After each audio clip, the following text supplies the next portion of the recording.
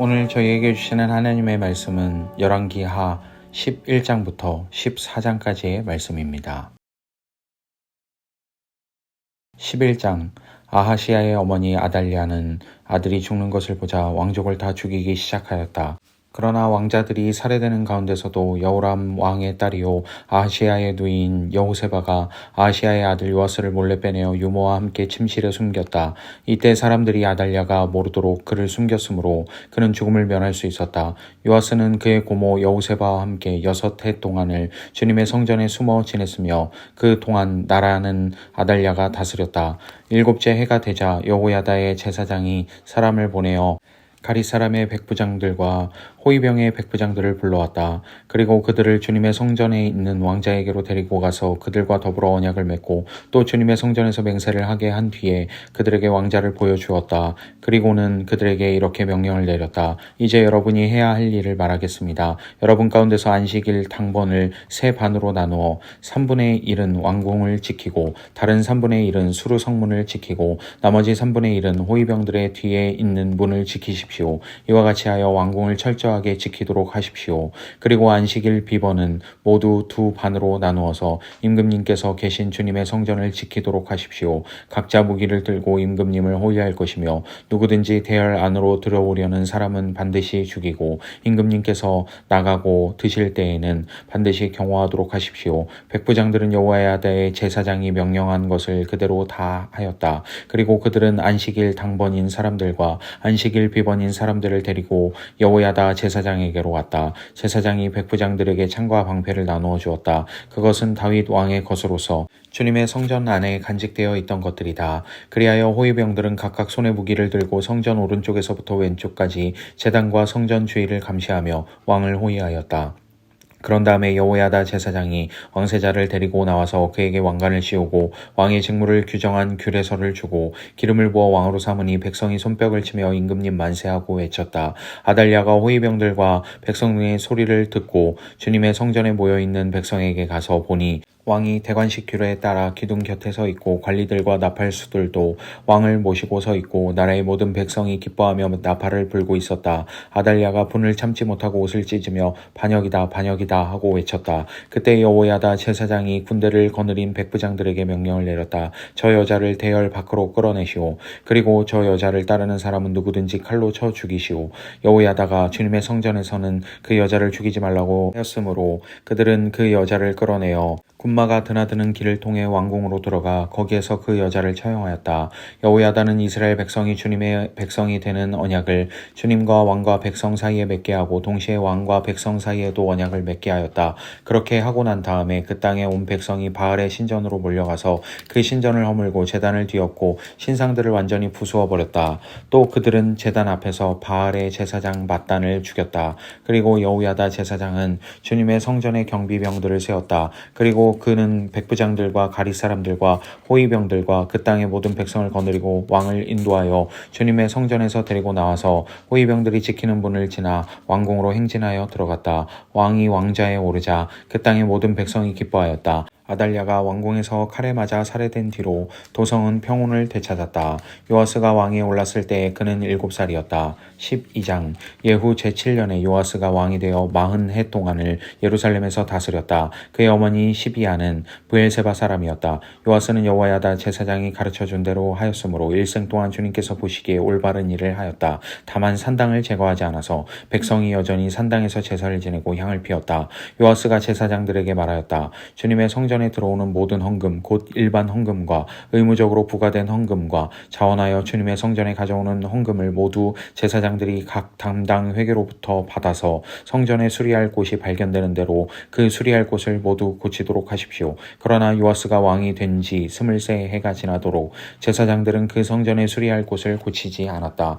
요아스 왕이 여호야다 제사장과 다른 제사장들을 모두 불러서 그들에게 말하였다. 어찌하여 아직 성전에 수리할 곳을 고치지 않고 있습니까? 이제는 더 이상 담당 회계로부터 돈을 받아두지 말고 성전을 수리하는 데 쓰도록 직접 넘기게 하십시오. 제사장들은 이 일에 동의하여 제사장들이 백성으로부터 돈을 받거나 성전을 직접 수리하거나 하는 일을 하지 않기로 하였다. 제사장 여호야다는 괴를 하나 가져다가 그 뚜껑에 구멍을 뚫어 주님의 성전으로 들여와서 오른쪽 곧 제단 곁에 그것을 놓았다.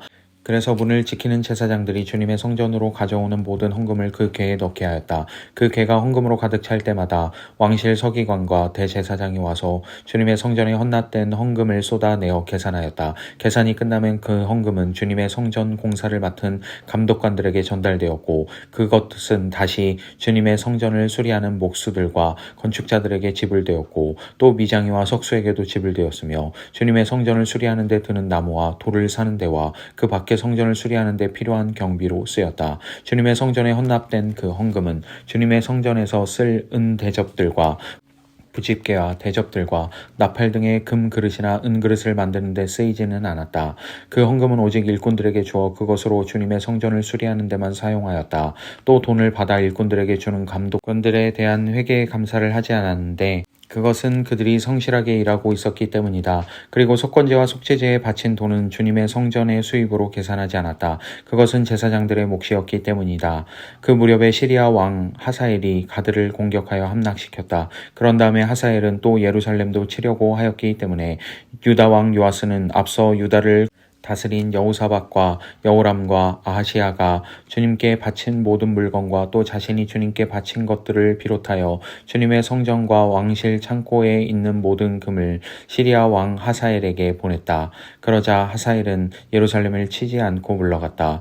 요아스의 나머지 행적과 그가 한 모든 일은 유대왕 역대 지략에 기록되어 있다.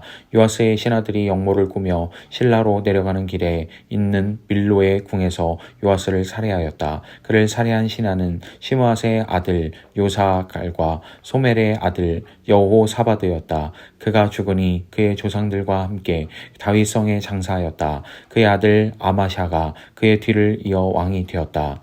13장 유다왕 아하시아의 아들 요아스 왕 제23년에 예후의 아들 여호아스가 이스라엘을 다스리는 왕이 되어 사마리아에서 17해 동안을 다스렸다. 그러나 그는 주님 보시기에 악한 행동을 하였고 이스라엘로 죄를 짓게 한 느밧의 아들 여로보암의 죄를 따라가 그 길에서 돌아서지 않았다. 그리하여 주님께서는 이스라엘에게 진노하셔서 시리아의 하사엘 왕의 손에 그들을 넘기시고 계속해서 하사엘의 아들 베나닷의 손에 넘기셨다. 그러나 여호아스가 주님께 간절히 용서를 구하니 주님께서 그의 간구를 들어주셨다. 이스라엘이 시리아 왕의 억압으로 고난을 받고 있음을 보셨기 때문이다.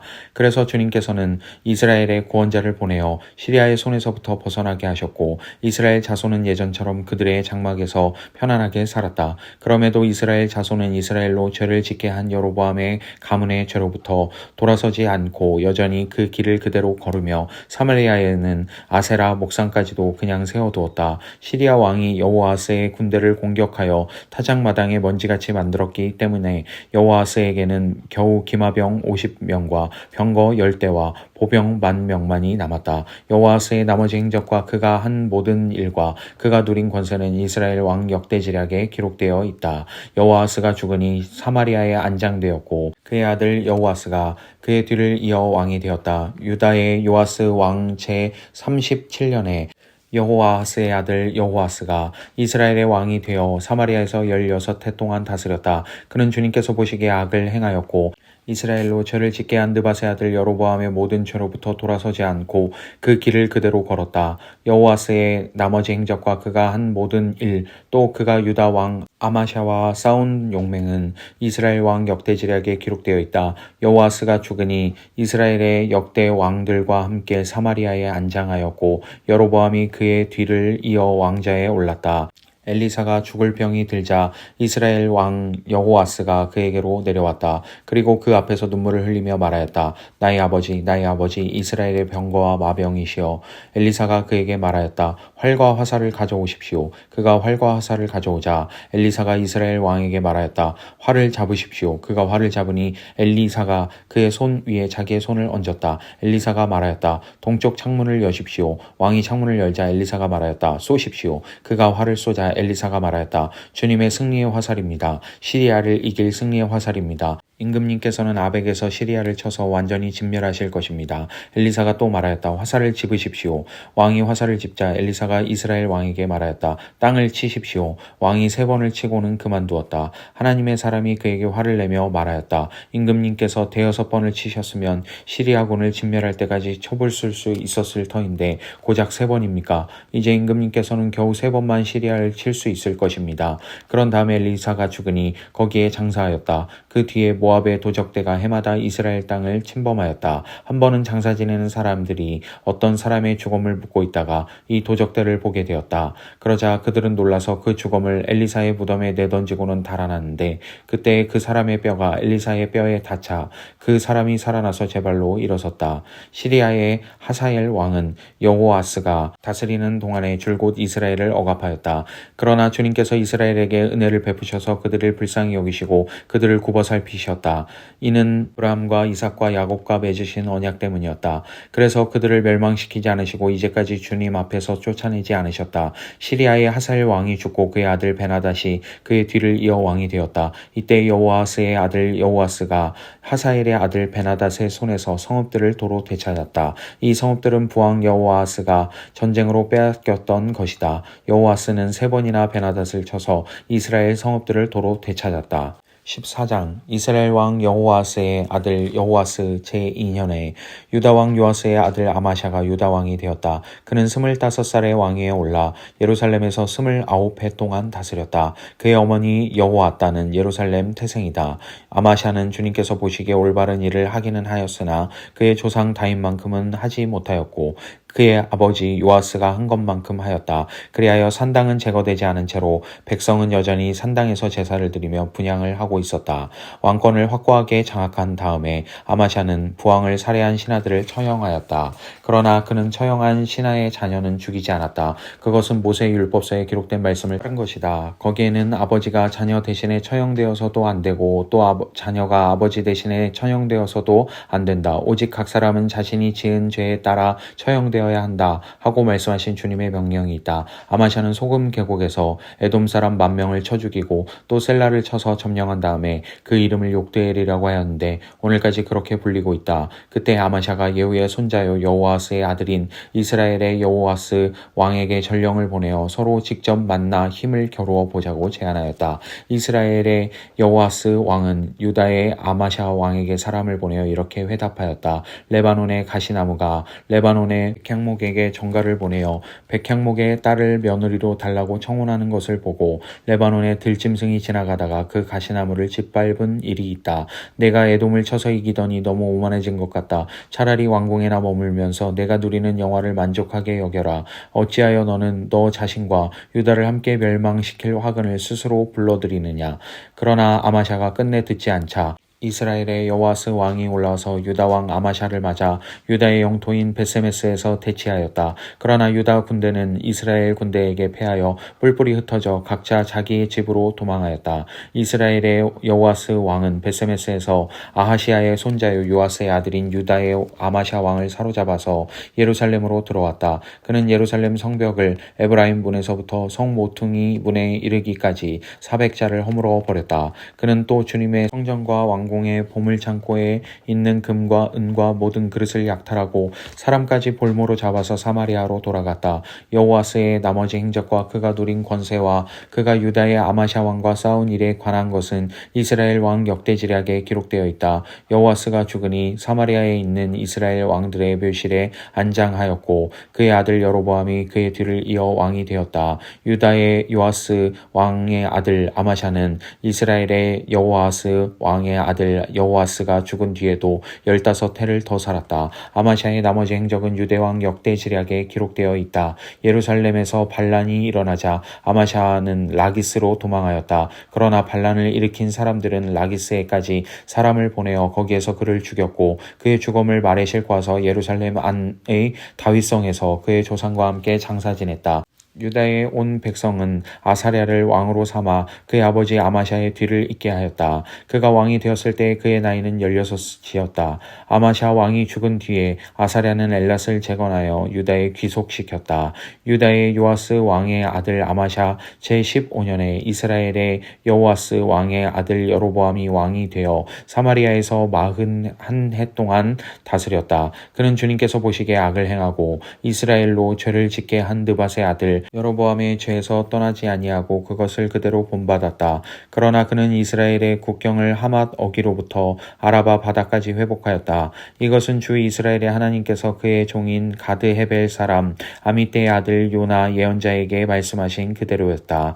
주님께서는 이스라엘의 고난이 너무 심하여 매인 사람이나 자유로운 사람이나 할 것 없이 한 사람도 남아있지 않아 이스라엘을 돕는 사람이라고는 아무도 없는 것을 보셨다. 주님께서는 이스라엘의 이름을 하늘 아래에서 지워 없애겠다고 말씀하시지 않았기 때문에 여호아스의 아들 여로보암을 시켜서 그들을 구원하신 것이다. 여로보암의 나머지 행적과 그가 한 모든 일과 그가 전쟁에서 보인 능력과 유다에 속하였던 다마스쿠스와 하맛을 이스라엘에게 되돌려 준 일들은 이스라엘 왕 역대지략에 기록되어 있다. 여로보암이 그의 조상인 이스라엘의 왕들과 함께 누워 잠드니 그의 아들 스가랴가 그의 뒤를 이어 왕이 되었다. 아멘. 오늘도 평안한 하루 되시기 바랍니다.